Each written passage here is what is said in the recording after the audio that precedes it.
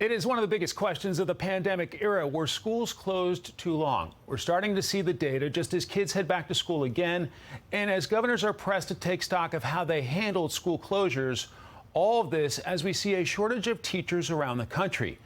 New Jersey's Democratic Governor Phil Murphy just met with the White House about how to keep more teachers on the job. I sat down with him this weekend to discuss.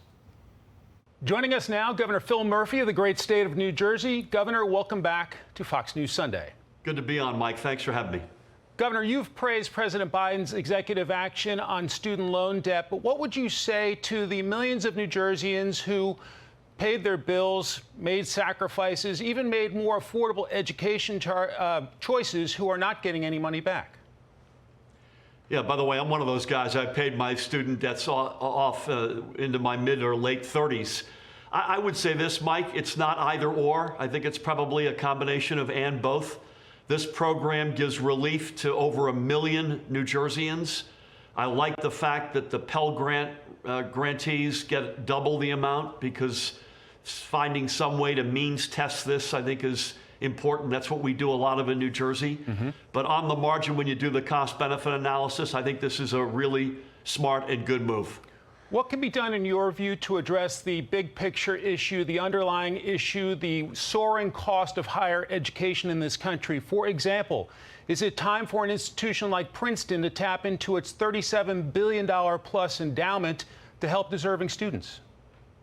Yeah, I mean, you've got a lot of programs out there. Some of them are done by us. Some of them are done by the institutions themselves.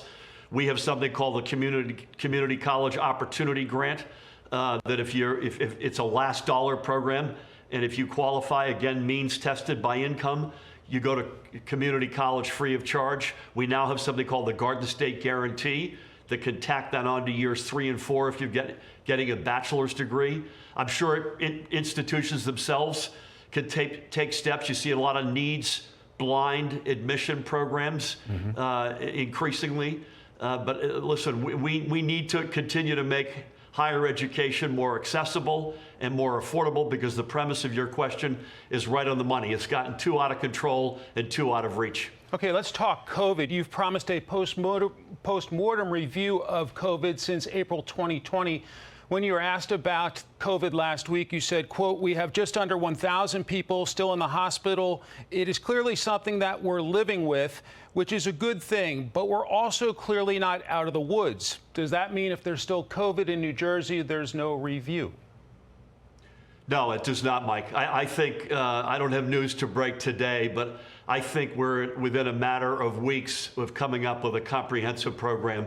I think I was asked that question in the context of long-term care. Okay. We've already taken, back in June of 20, a deep dive with an independent firm, but we're going to do the entire COVID response, including long-term care. I want to make sure it's effective, not just in teaching us what went right, what went wrong, but also that it can be a tool for future governors, future administrations. I hope, frankly, it's a trigger for Congress to take a similar step to look at the national response. But no, COVID sadly is still with us. It will continue to be with us, but we can't wait till the last case to do that review, and we won't. We'll be doing something, starting something soon. On school closures, national test results show a real drop in learning. Fourth graders' scores falling by the biggest margin in 3 decades. In New Jersey, in-person learning wasn't restored until last September, about a year and a half into the COVID pandemic. Question, were schools closed for too long? Listen, I think that's going to be one of those things that folks debate forever and for always. We knew learning loss. We know it's real. We know the mental health stress on everybody, kids in particular, educators, families. I would say this, particularly early on, but frankly, when the variants, the Delta variant and others kept coming back, when we had so little knowledge about this pandemic and about this virus, we had no other choice, sadly. But we will be laser focused on closing those gaps, which we know exist. I've just become the chair of the National Governors Association. My chairman's initiative is focused on mental health of our students for this very reason. So it's real. We know it. It's up to us now to close those gaps. Like many places, New Jersey is dealing with a shortage of teachers. You were just down here in Washington in your role with the National Governors Association, meeting with the Education Secretary and the First Lady. What concrete steps are you bringing to the table to fix the teaching shortage? Yeah, it was a very good discussions. New Jersey is short. I think the entire country is short. Some of the things that we've done, I think flexibility, Mike, has to be the name of the game. For instance, we've done something which allows retirees to come back in without upsetting their pension reality. We've made it easier for qualified substitute teachers to come in. We're trying to get that common ground of making certifications more streamlined and easier without giving up the quality, the high quality. We are blessed with the #1 public education system in America. That begins with educators. We don't want to mess that up. We had a great discussion with the First Lady and others on apprenticeship programs. I want to see us do more of that in New Jersey. We've got a grant program for diversity and extending diversity among our educators. But I'd love to see a broad-based apprenticeship program like exists in places like Tennessee. So we're doing stuff, but there's still more work to be done.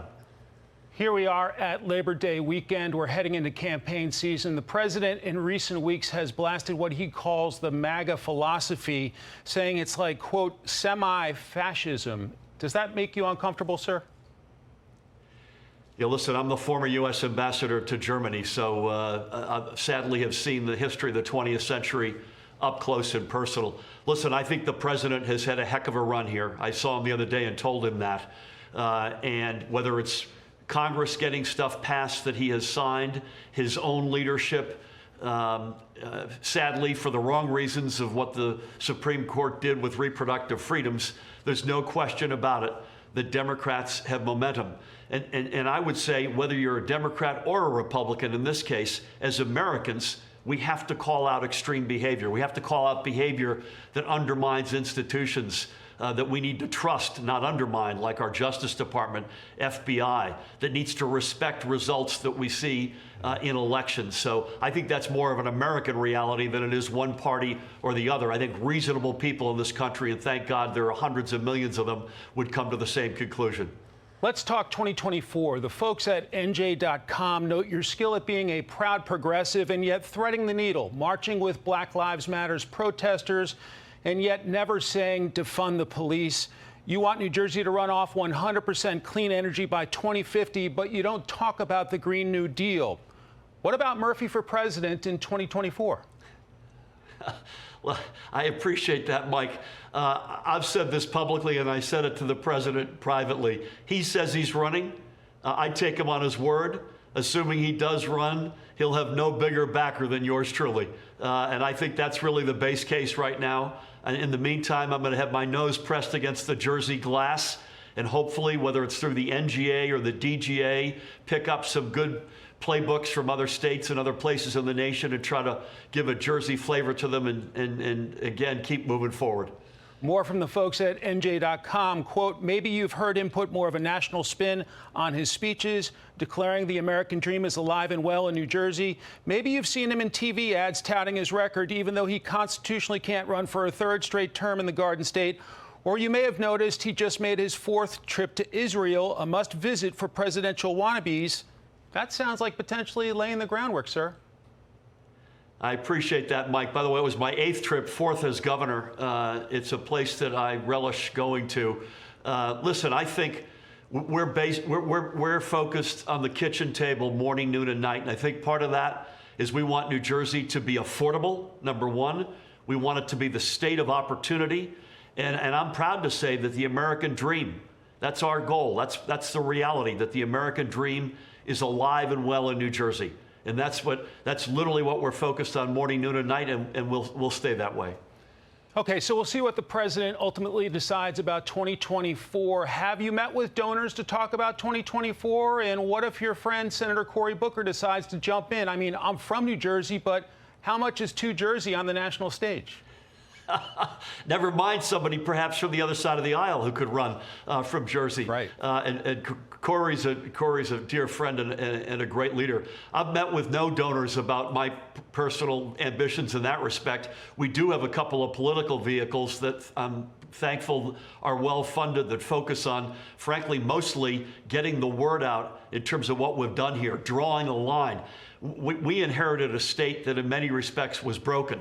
And so we've gotten ourselves back up on our feet. I don't ever want to see us go back. So a lot of the focus of our political operations, if you will, is to get that megaphone out there and say, this is now accepted behavior in New Jersey, no matter who the governor is.